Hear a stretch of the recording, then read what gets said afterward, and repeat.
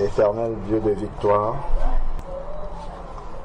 nous voulons te rendre grâce encore et te bénir ce jour nouveau que tu as fait. Merci encore Seigneur Père éternel pour le souffle de vie que tu nous as renouvelé et pour ton amour Seigneur Dieu Tout-Puissant dans nos cœurs que tu continues à attiser afin que nous puissions nous approcher de toi Seigneur Père éternel pour rechercher à te connaître encore davantage, pour que nous soyons encore plus remplis de toi et que Seigneur Père éternel nous puissions réjouir ton cœur. Nous savons Seigneur Dieu Tout-Puissant qu'il n'y a pas de plus grand amour que de donner sa vie pour ses frères. Seigneur Dieu Tout-Puissant, nous te prions que tu viennes nous remplir de cet amour-là, Seigneur Père éternel. Que nous puissions vivre également ce que nous partageons, Seigneur Père, qu'elle puisse être le parfum de nos vies et que cela réjouisse ton cœur, Seigneur Dieu Tout-Puissant. Éternel Dieu, nous remettons encore ces enfants entre tes mains. Que toutes ces paroles, Seigneur Dieu Tout-Puissant, qu'elles entendent, que cela puisse faire écho dans leur cœur et leur donner, Seigneur Père éternel, de ne point s'éloigner de cette parole.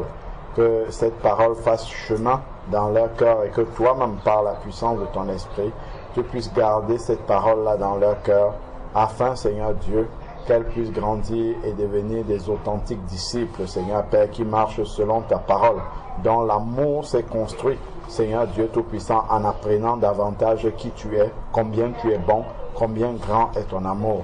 Père, conduis ces moments par ton Saint-Esprit. Au nom de Jésus-Christ. Amen. Amen. Alors, qu'est-ce qu'on avait vu la dernière fois? On avait vu. Enlève la main pour parler. D'accord? Oui, qu'est-ce qu'on avait vu à faire là? On avait vu Jean 1, verset 33 à 39, qu'on reconnaît un arbre aux fruits qu'il produit et que c'est à notre comportement qu'on nous reconnaît. Ah, vous vous rappelez? Oui. Hein, Wendy? Et à notre manière d'être. Voilà, on avait vu trois fruits qu'on voit pour reconnaître un chrétien. Raphaëlla vient de les citer, notre manière d'être, notre manière de parler et notre comportement. D'accord? Ok. Ok. Est-ce que pendant cette semaine qui est passée, vous avez veillé sur votre manière de parler, sur votre manière d'être et sur votre manière de vous comporter? Est-ce que vous pensez que, quand je dis veiller, est-ce que vous avez fait attention à ça? À bien vous comporter, à bien parler les uns aux autres et à bien être, de la manière d'être. Est-ce que vous avez fait attention à ça? Wendy, oui ou non? Tiens, ta feuille, elle va s'envoler. Oui? Oui ou non? Je sais pas. Tu ne sais pas? Je sais. Raphaël, attends, toi tu n'avais pas encore écouté, tu vas peut-être écouter aujourd'hui. Oui, Raphaël. Oui. Oui, d'accord. Donc, vous savez que ce que vous notez, il faut le relire dans la semaine et vous poser la question que je viens de vous poser. D'accord? Parce que quand on finit de partager souvent, vous donnez des sujets de prière, c'est ça, on prie, et après il faut voir, est-ce que par rapport au sujet de prière, par rapport aux prières qu'on a élevées vers le Seigneur, est-ce que j'ai fait des efforts par rapport à ça? Est-ce que ça s'améliore? D'accord? Ok? Et c'est en relisant ce qu'on a noté, c'est ça qui vous permettra de vous souvenir, d'accord, de ce sur quoi il faut veiller, d'accord, dans vos vies. Oui. Ce matin, Wendy, on s'est arrêté à quel verset et on doit poursuivre à quel autre? On s'était arrêté. Oui. On s'était arrêté à 39 et donc on doit commencer 40. 40. Ok, très bien. Donc on va commencer au verset 40. Alors, donc c'est André, frère de Simon-Pierre. C'est par là qu'on va commencer. Oui, c'est ça. D'accord? André, frère de Simon-Pierre. Donc, Wendy, tu vas lire.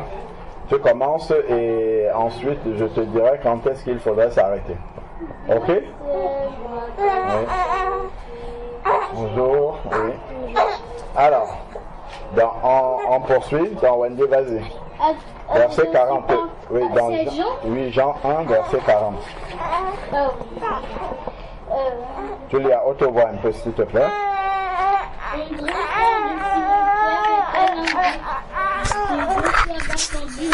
proches de Jean, Oui.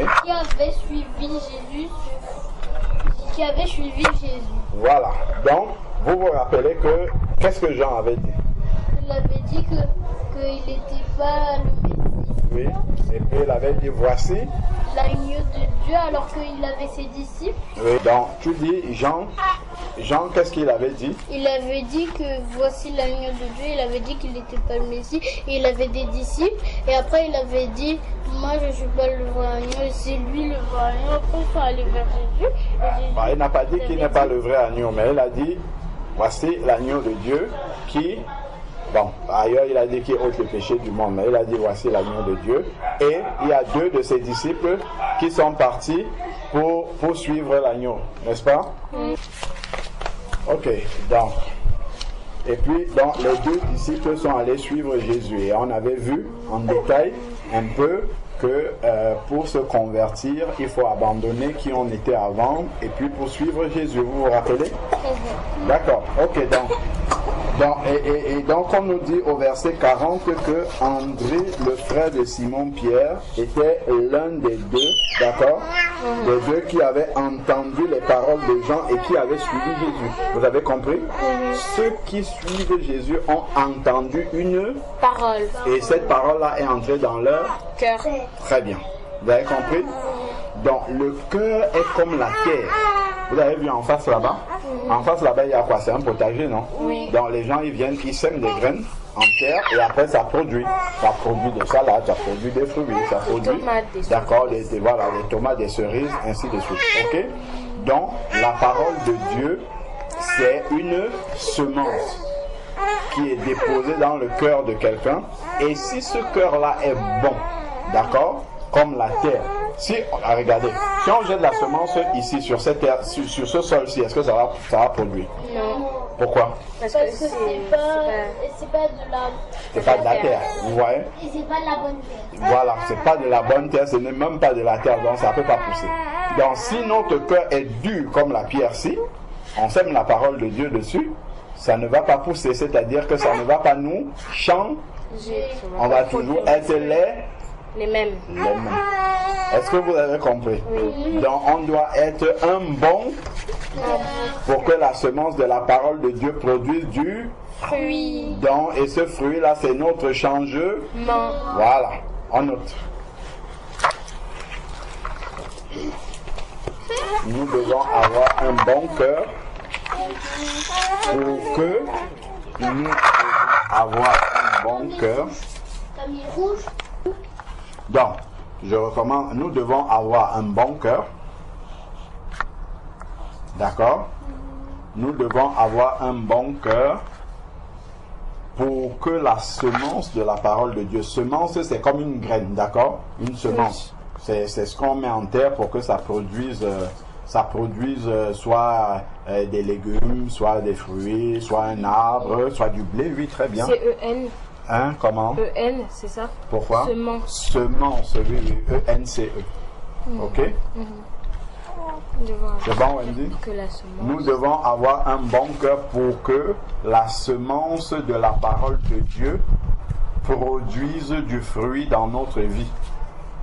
C'est-à-dire, nous devons avoir un bon cœur pour que la parole de Dieu produise du fruit dans notre vie, c'est-à-dire... Oui. Nous devons avoir un bon cœur pour que la semence de la... Donc on a dit, nous devons avoir un bon cœur pour que la semence de la parole de Dieu produise du fruit dans notre vie. C'est-à-dire, c'est C apostrophe E-S-T -A accent grave D-I-R-E. C'est-à-dire, ok? Pour que la parole de Dieu produise du fruit dans notre vie, c'est-à-dire, ok?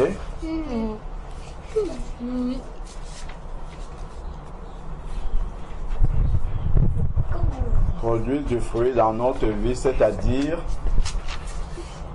qu'elle nous change, point. D'accord?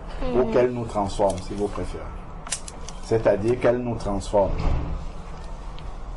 Donc si je parlais mal, quand j'écoute la parole de Dieu, je ne parle plus mal aux gens. Ok? Oui. Si je n'étais pas gentil avec mes camarades, mes copains, je deviens gentil. Parce que j'ai écouté que ça plaît à Dieu. Si j'étais égoïste, c'est-à-dire que je refusais de partager mon goûter avec mes camarades, là, je peux maintenant partager mon goûter avec eux. D'accord?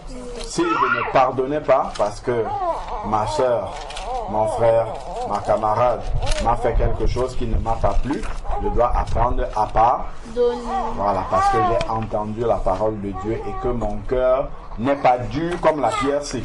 D'accord? Elle n'est pas dure comme la terrasse-ci, mais c'est une bonne terre, comme là-bas dans le potager. Là-bas, il y a une bonne terre parce qu'on voit bien des choses qui poussent là-bas. Ok? Et après notre, c'est-à-dire qu'elle transforme, hein, c'est Qu'elle ça? nous transforme. Qu'elle nous transforme, voilà, c'est-à-dire qu'elle nous transforme. Ok? C'est bon? Donc, c'est pour cette raison-là que on va aller maintenant dans Ézéchiel. Vous connaissez Ézéchiel? Oui. Voilà. On va prendre Ézéchiel chapitre 36. On regarde Ésaïe, Jérémie, Ézéchiel. c'est beau. Ézéchiel chapitre 36. Chien. Ok? Wendy, tiens la feuille, prends la feuille, elle va s'envoler encore. Donc, Ézéchiel chapitre 36. Tu retrouves Ézéchiel. C'est après Ésaïe. Ouais, c'est après les psaumes. C'est à la page 629. Bah, Raphaël t'a donné la page, Merci. puisque vous avez la même Bible. Donc, Ézéchiel chapitre 36. 629. Ah, 629. Ézéchiel chapitre 36.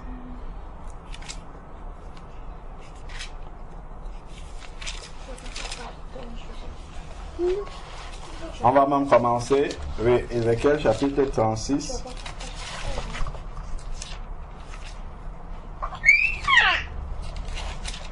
T'es pas là. À partir du verset 26.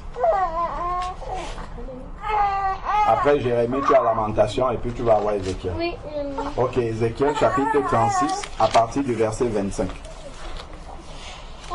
Qu'est-ce que vous lisez? Chapitre 36.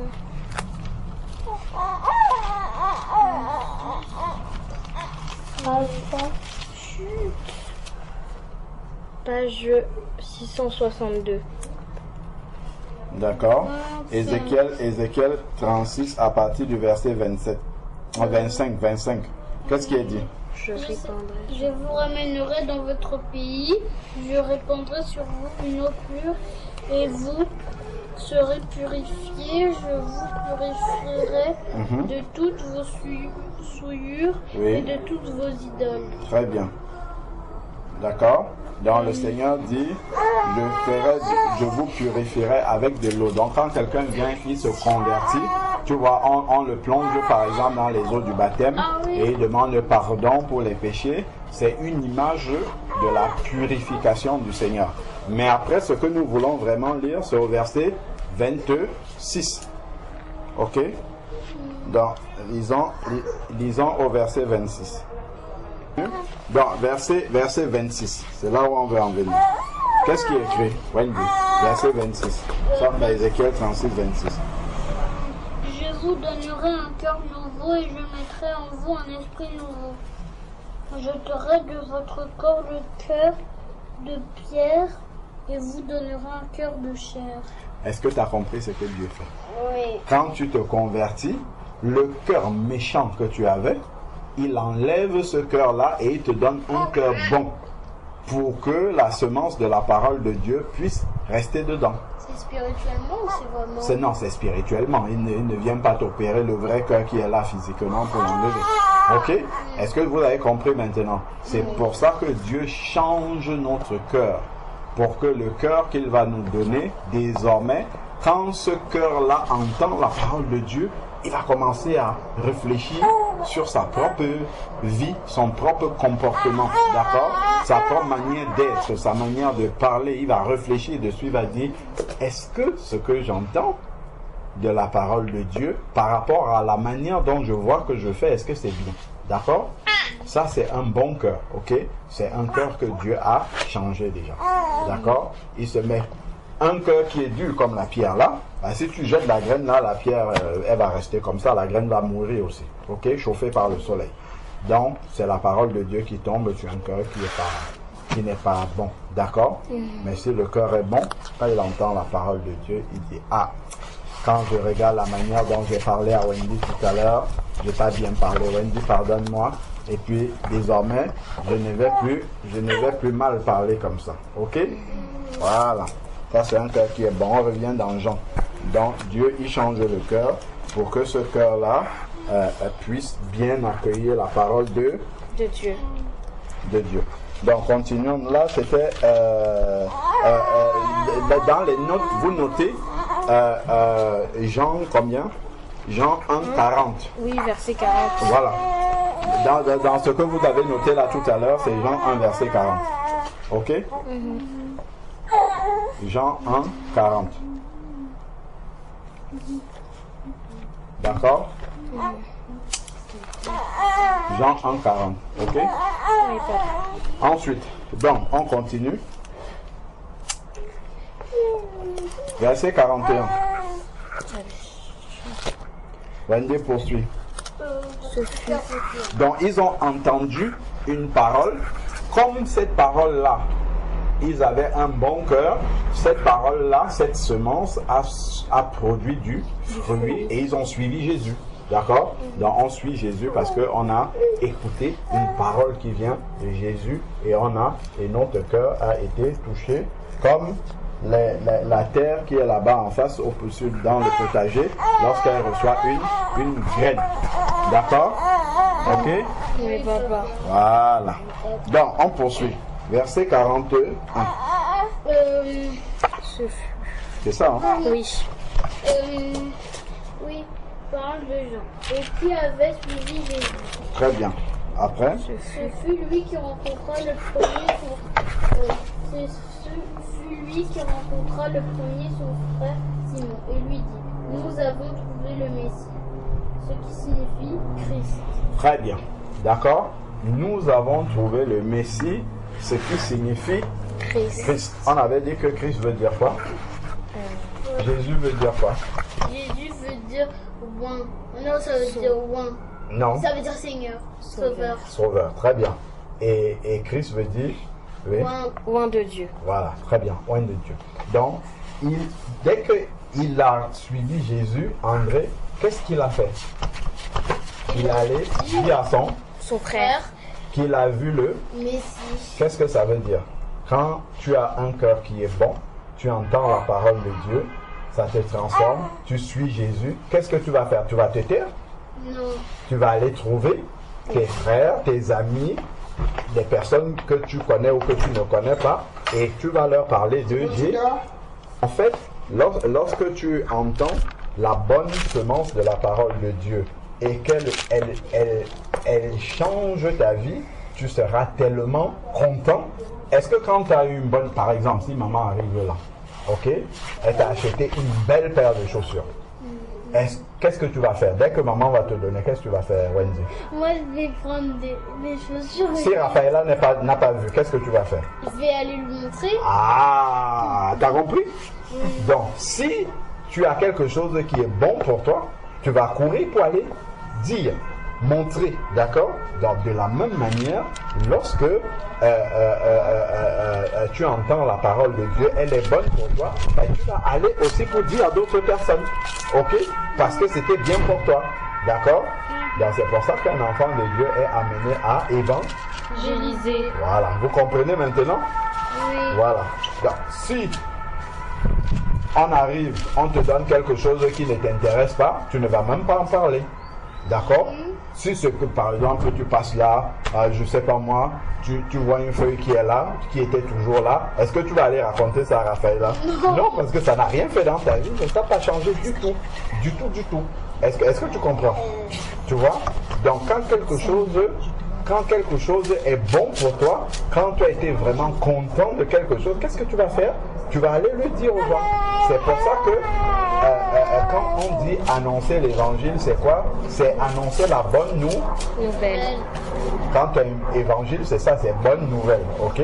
Donc quand tu as une bonne nouvelle, tu l'annonces aux gens. Et cette bonne nouvelle-là, c'est que même si vous souffrez ici sur la terre, sachez qu'il y a une espérance, d'accord? Donc, si tu pars de la terre, il faut savoir que déjà, il y a un jugement. Soit tu vas aller au ciel, soit tu vas aller en enfer. Voilà. Et la bonne nouvelle, c'est que tu peux ne pas aller en enfer. C'est que Jésus t'a tant aimé qu'il est venu prendre ta punition, celle que tu mérites normalement quand tu vas mourir là. Il est venu la prendre pour toi et il n'attend que tu viennes lui dire que j'accepte que tu l'as prise pour moi. D'accord? Et là, tu deviens un enfant de Dieu, tu marches comme lui. Et quand la trompette va sonner, tu vas monter, tu vas partir. Donc quand il va y avoir des jugements sur la terre, toi, tu ne seras plus là. Vous voyez dans le livre de l'Apocalypse, je crois qu'on avait lu une fois dans l'Apocalypse chapitre 4 où quand une porte s'était ouverte dans le ciel là, Jean, il avait été appelé dans le ciel, c'est comme l'enlèvement, et quand les jugements dans le livre d'Apocalypse ont commencé, Jean il était déjà au ciel, d'accord? C'est du ciel qui regardait ça. Donc ça veut dire, nous on sera, si on a marché comme Jésus veut, il va venir, on va partir avec lui après ça, on va regarder ça du ciel, ok? Donc ça c'est l'espérance. C'est vraiment la bonne nouvelle, voilà, c'est la bonne nouvelle qu'il faut annoncer, qu'on doit annoncer aux gens. Donc ici, André, vu que c'était une bonne nouvelle pour lui, il est tout de suite allé dire ça à son frère Pierre. D'accord? C'est lui qui est l'apôtre Pierre après. D'accord? Vous avez compris? Donc quand une bonne nouvelle, on ne se cache pas quand on voit les gens, ainsi de ça veut dire que ce n'est pas une bonne nouvelle pour nous. Est-ce que vous comprenez? Oui. Voilà, donc on doit le dire aux gens. Après, qu'est-ce qui vient? Verset 42. Verset 42, qu'est-ce qu'on a dit? Verset 42, et il le conduisit vers Jésus. Ah! Quand tu annonces maintenant la bonne nouvelle aux gens, qu'est-ce que tu fais? Tu les amènes à Jésus. C'est-à-dire, tu leur dis que Jésus les aime et pour rencontrer Jésus, voici ce qu'il faut faire. Il faut se repentir de ses péchés, il faut l'accepter comme son Seigneur et son Sauveur et tu les plonges dans les eaux du baptême pour qu'ils rencontrent Jésus. Et si c'est un enfant à qui on pensait et il veut être chrétien? Et si c'est un enfant à qui on continue, on l'amène. Vous vous rappelez, il y a une parole où Jésus, il était en train de parler aux gens et puis il y a quelqu'un qui a ramené son enfant pour que Jésus puisse le bénir. Ok? Et les apôtres, les disciples, oh non, pourquoi tu viens déranger le maître et tout? Qu'est-ce que Jésus a dit? Laissez venir à moi les petits enfants, car le royaume de Dieu appartient à ceux qui sont comme eux. D'accord? Ça veut dire qu'on va aller au ciel? Oui, ça veut dire que les enfants vont aller au ciel s'ils sont bien, d'accord? S'ils ont un bon cœur. Donc, en fait, si c'est un enfant, l'amener à Jésus, c'est continuer à lui parler de la parole de Dieu, d'accord, jusqu'à ce qu'il devienne un adulte et qu'il puisse accepter lui-même, d'accord, ok. Donc si c'est un enfant, on va pas l'éduquer, ainsi de suite, parce qu'il ne sait pas encore ce que ça signifie d'accepter Jésus, ok. Voilà. Donc quand il y a cette bonne nouvelle là, il a conduit son frère à Jésus. Et ça nous montre encore quelque chose de plus. André, quelle était la relation de André avec Pierre? Ils étaient comment? C'était des frères. C'était des Frères. dans les premières personnes à qui, lorsque tu rencontres Jésus, les premières personnes à qui tu vas annoncer cette bonne nouvelle là, c'est à tes frères de même sang. D'accord? Donc, si tu as une belle chaussure, est-ce que tu vas courir d'abord pour aller annoncer ça à Imaya? Non. Ben non. Tu vas annoncer ça à Raphaëla. D'accord? C'est la première personne à qui tu vas annoncer la bonne nouvelle. Tu vas peut-être en parler à ta copine à l'école le lendemain. D'accord? Même pas aux parents? Bon, lui ici, les parents, oui, bien sûr. Donc, en fait, quand le frère, il représente la famille. D'accord? Ok? Donc, le frère, c'est la famille. Donc, si tu as une bonne nouvelle, tu vas d'abord raconter à la famille. Si tu as eu une bonne note en classe, tu seras pressé de venir dire ça à qui? Les parents. Les parents et à ta soeur qui est là. D'accord? Tu ne vas pas courir pour aller voir tes copines d'abord pour leur dire ça. Tu seras plus pressé pour venir montrer à tes parents. D'accord? Parce que c'est une bonne nouvelle. Dans la bonne nouvelle, tu commences d'abord par l'annoncer à ceux qui sont souvent avec toi. D'accord? Voilà. Et après, maintenant, tu peux raconter, tu peux annoncer cette bonne nouvelle-là à d'autres personnes. D'accord? Voilà. Vous voyez comment ça se passe? Donc, il a parlé d'abord à son frère. Donc, ça, on va noter. Lorsque nous avons une bonne nouvelle, notez. Lorsque nous avons une bonne nouvelle, nous l'annonçons d'abord à nos proches. On va dire ça comme ça, entre parenthèses, notre famille.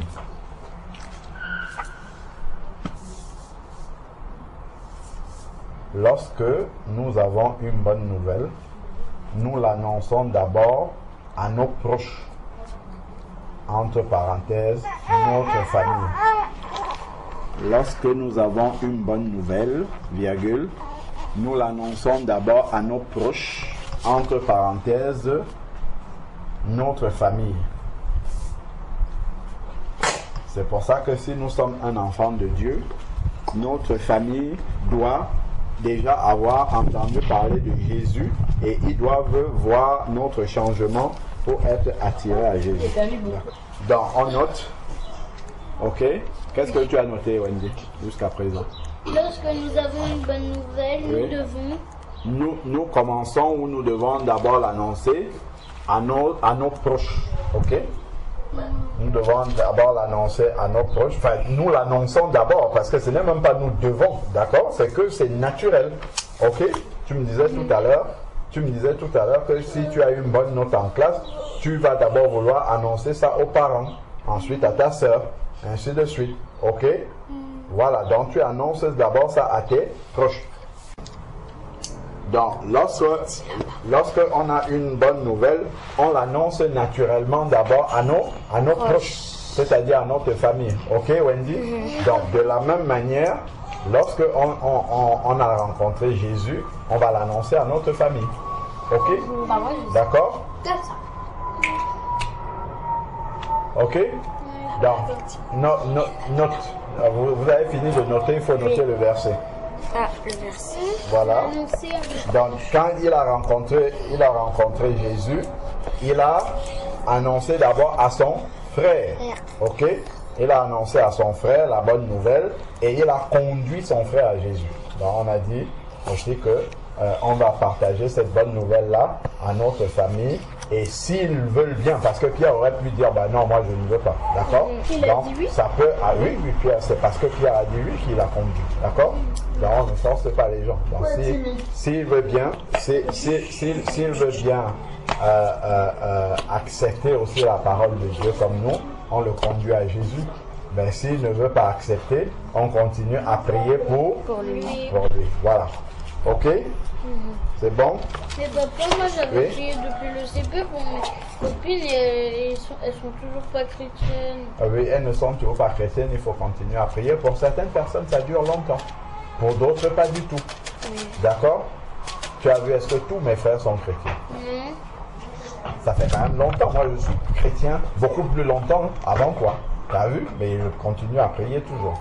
Il y en a qui prient longtemps, il y en a qui prient moins longtemps, mais ça dépend. Parce que Dieu ne peut pas forcer les personnes, d'accord? Donc si elles acceptent, elles vont accepter peut-être un jour. D'ailleurs, même les frères de Jésus, on avait lu ça, non? Ils ne croyaient pas en lui. Vous imaginez ça? Ben, Jésus, il devait certainement prier pour ses frères, mais ses frères ne croyaient pas en lui du tout. D'accord? Vous voyez? Donc, ce n'est pas seulement nous, donc même le Seigneur Jésus-Christ, ses frères ne croyaient pas en lui. Ok? Parce qu'on ne peut pas les forcer. Mais pourquoi il ne les forçait pas ou il les tapait? Justement, il nous montre l'exemple qu'on ne force pas. Ses frères, ils voyaient comment il prêchait la parole, ils voyaient même les miracles qu'il faisait, mais eux, ils restaient à distance. Ils ne venaient pas... Voilà, c'est après.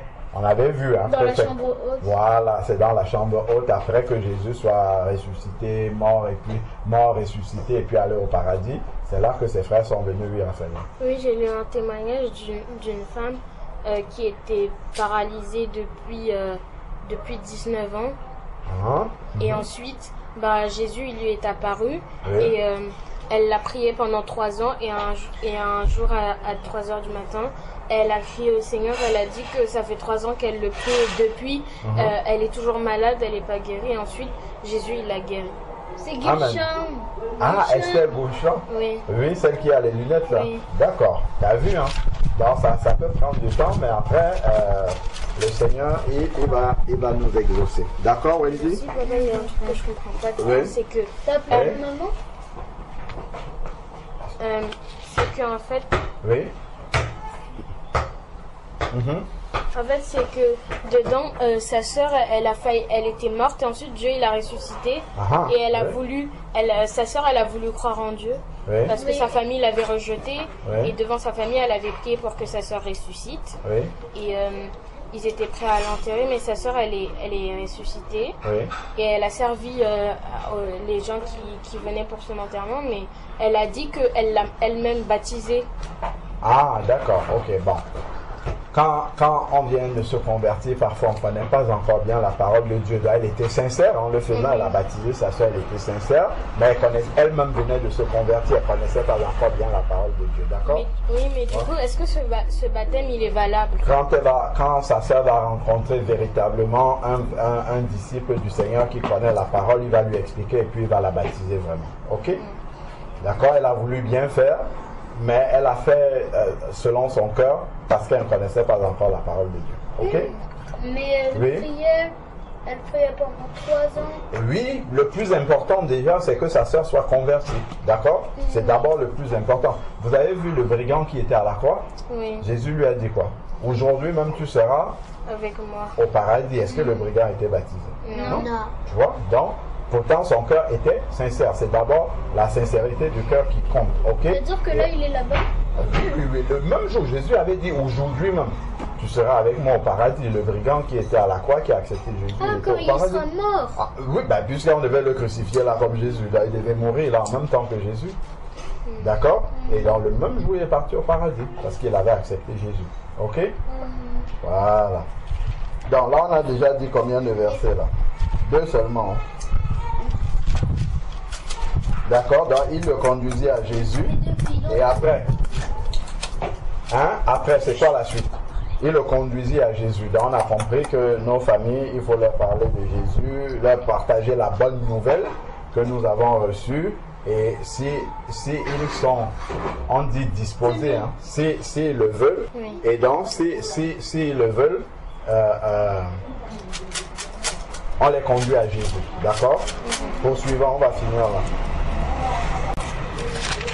Alors, verset 43 Nous sommes toujours au verset 40. à 42. 42. Oui. Jésus, l'ayant regardé, dit: Tu es Simon, fils de Jonas, tu seras appelé Céphas, ce qui signifie Pierre. Très bien. Donc, lorsqu'on vient à Jésus comme ça, Jésus l'a accepté. D'accord? Ça montre que Jésus l'a accepté. Et Jésus lui a donné un nouveau. Très bien, Wendy. Jésus lui a donné un nouveau prénom. Et pourquoi? Ah, très bien. Pourquoi Jésus lui a donné un nouveau prénom? Lorsque les enfants s'y sont nés, qu'est-ce que j'ai fait? Vous leur avez donné des prénoms? On leur a donné des Prénoms. parce qu'ils venaient de naître. quand on vient de naître. De nouveau. Ah, on applaudit pour Wendy qui venait de naître de.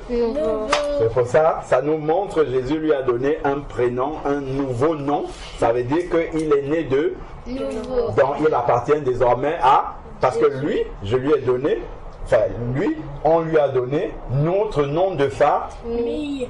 Son nom de famille, c'est quoi? Ngandimoun. Voilà, d'accord? Il a le même nom de famille que nous, dont il appartient à notre Famille. Donc Jésus lui a donné un nom pour dire qu'il appartient désormais à la famille de Dieu, qui est Les disciples. oui, L'Église. l'église. D'accord? Donc c'est vraiment naître de nouveau. Vous avez vu ça? Voilà, il lui donne un prénom, ça veut dire qu'il appartient désormais à la famille de Jésus. de Jésus. Très bien. Et pourquoi il n'a pas fait comme ça avec ses autres disciples? Parce que, en fait, à chaque rencontre, la nouvelle naissance, il y a beaucoup de choses qui se passent dans la nouvelle naissance. D'accord? Donc, Jésus, ce qu'il fait, à chaque personne qui le rencontre, il nous montre un côté de la nouvelle naissance. Il nous montre quelque chose qui s'est passé à la nouvelle naissance. D'accord? Parce que s'il prend le temps de faire ce qu'il a déjà montré avec Pierre, avec quelqu'un d'autre, on ne va pas voir un autre côté de la nouvelle naissance. Ou alors ça sera très long à chaque fois la nouvelle naissance. Donc, pour chaque personne, on nous montre juste un aspect. Si on avait lu ensemble Marie de Magdala qui était venue, on avait parlé aussi de la nouvelle naissance ou pas? Oui, non? je crois. Vous voyez? Donc, à chaque fois pour elle aussi, il montre un autre côté de la nouvelle naissance. Parfois, il nous montre le côté de la repentance. Parfois, il nous montre là le fait qu'il est accepté, c'est-à-dire il lui donne un nouveau nom, il appartient à sa famille. Après, on va voir autre chose où il faut quitter ses parents, ceux qu'on aime, pour rencontrer Jésus. C'est encore un aspect de la nouvelle naissance. D'accord? Donc, à chaque fois, il ne le fait pas toujours de la même manière avec tout le monde. C'est parce que il nous montre les différents aspects de ce qui se passe lors de la nouvelle naissance. Voilà. Lorsqu'on appartient à sa famille. Voilà. Ok, on va s'arrêter là. Très bien. Vous avez bien compris? Oui, papa. Voilà. Donc, on s'est arrêté à 42. Donc là, on a lu de 40 à 42. Ok? Donc la prochaine fois, on va continuer à 43 si Dieu le permet. Ok? Donc, quels sont les sujets de prière non, on lève la main, on ne répond pas en désordre. Quels sont les sujets de prière que vous avez retenus? Oui? Il ne faut pas avoir un cœur un cœur dur, mais il faut avoir un cœur de chair. Très bien, donc on va prier le Seigneur pour qu'il nous donne un cœur de chair. Voilà, et que notre cœur demeure toujours un cœur de chair. De chair. Parce que une terre qui est une bonne terre après peut devenir mauvaise. Oui. On est bien d'accord que là-bas, vous avez vu le potager, c'est une bonne terre, non? Si quelqu'un passe maintenant avec un camion et qu'il renverse, il met plein de cailloux là-bas, est-ce que ça sera encore une bonne terre? Non. D'accord? S'il met plein de cailloux là-bas, et qu'on jette encore des semences là-bas, ça va plus produire. Ça va plus produire, fleurir comme on est en train de voir là, d'accord? Parce qu'il y aura des pierres maintenant. Donc nous aussi, si on a un bon cœur, il faut toujours prier le Seigneur pour garder ce bon cœur là, d'accord? Que la méchanceté n'entre pas dans nos cœurs, que la jalousie n'entre pas dans nos cœurs, les mauvais désirs, les mauvaises pensées, d'accord? Ok? Donc c'est pour ça que le Seigneur demande de prier sans cesse. Sans cesse, très bien. Donc, très bien Wendy, sujet de prière, on prie pour que le Seigneur nous donne des bons cœurs et que nous puissions, il nous aide à garder ce bon cœur-là. D'accord? Et qu'il faut aussi naître de nouveau. Voilà, ok, d'accord. Qu'il faut naître de nouveau et qu'il nous conduise aussi à parler à nos familles. À nos familles. Qu'il nous transforme aussi, on a vu transformer aussi. Hein. Et aussi qu'il nous aide à bien parler aux autres. Voilà, très bien. Ok? Donc, chacune de vous prie selon ce sujet de prière-là. Ok? Allons-y donc. Raphaëla commence et ensuite Wendy vous priez un peu à haute voix. D'accord. Oui. Seigneur, je te prie pour qu'on. Merci pour ta parole qu'on vient de nous écouter et qu'elle puisse rester gravée dans notre cœur. Qu'elle ne s'envole pas, qu'on puisse la mettre en pratique. Aide-nous, Seigneur, à pouvoir avoir le désir de naître de nouveau. Touche notre cœur. Fais qu'on puisse ne pas avoir des mauvaises pensées, Amen. Des mauvaises paroles, Amen. Être envieux. Au nom de Jésus-Christ, Amen. Amen. Amen. Wendy. Seigneur, je te prie pour que nous n'ayons pas des cœurs grands, qu'on puisse avoir des cœurs de chair, et aussi que tu puisses nous faire qu'on parle beaucoup à notre famille, que aussi on parle bien aux autres, et aussi qu'on puisse bien, qu'on puisse aussi naître de nouveau, et aussi qu'on puisse que aussi on puisse être gentil avec les autres. Au nom de Jésus-Christ. Amen. Amen. Que Dieu vous bénisse. Nice. Amen. Amen.